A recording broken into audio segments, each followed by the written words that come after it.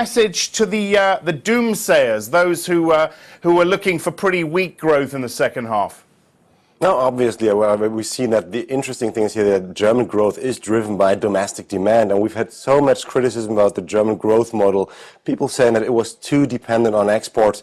Here's the answer: German growth is really domestically driven, and they don't need exports to grow. How much, though, is this to do, the overall number to do with Eurozone strength?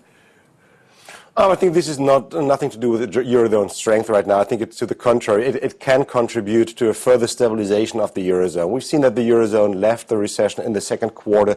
If the German economy now continues, probably not at the current pace, but at a strong growth number in the second half of this year, we could see a nice interaction between the German growth, improving confidence in the other Eurozone countries, and then also the Eurozone really returning to growth numbers in the second half of the year. And you talk in your note this morning about international institutions having to revise their growth outlooks. What kind of numbers can we expect to see? No, I think for the German growth of the year 2013, I think we will see again growth numbers coming back between 0.5 and 1%. Remember that we had, for example, the IMF just revising downwards German growth to 0.3%. This is obviously far too low right now for the state of the German economy.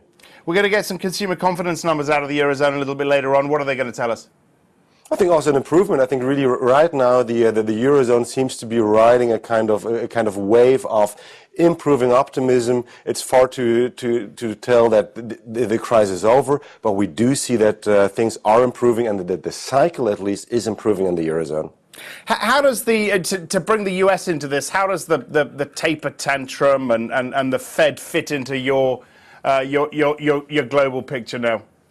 No, of course, I think the tapering will continue. Whether it's now September or December, I think it's still too early to tell. We saw that the Fed minutes had something for everyone right now. But of course, once the tapering will start, I think the Eurozone peripheral countries could be hit. Why? Because this could lead to at least higher interest rates in the Eurozone periphery, which is something they cannot stomach right now. I think the core countries could stomach it, but this means that the tapering has to be implemented very carefully, very cautiously, so that any increase in Eurozone bond yields remains limited.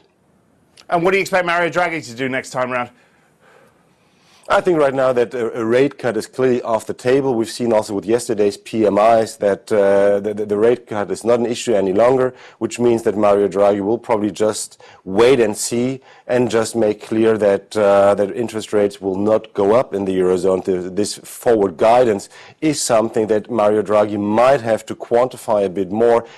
Maybe next time, or maybe in October, because I think here the whole thing is that the ECB needs to rule out that interest rates will go up in the next 6 months. You expecting anything out of Jackson Hole?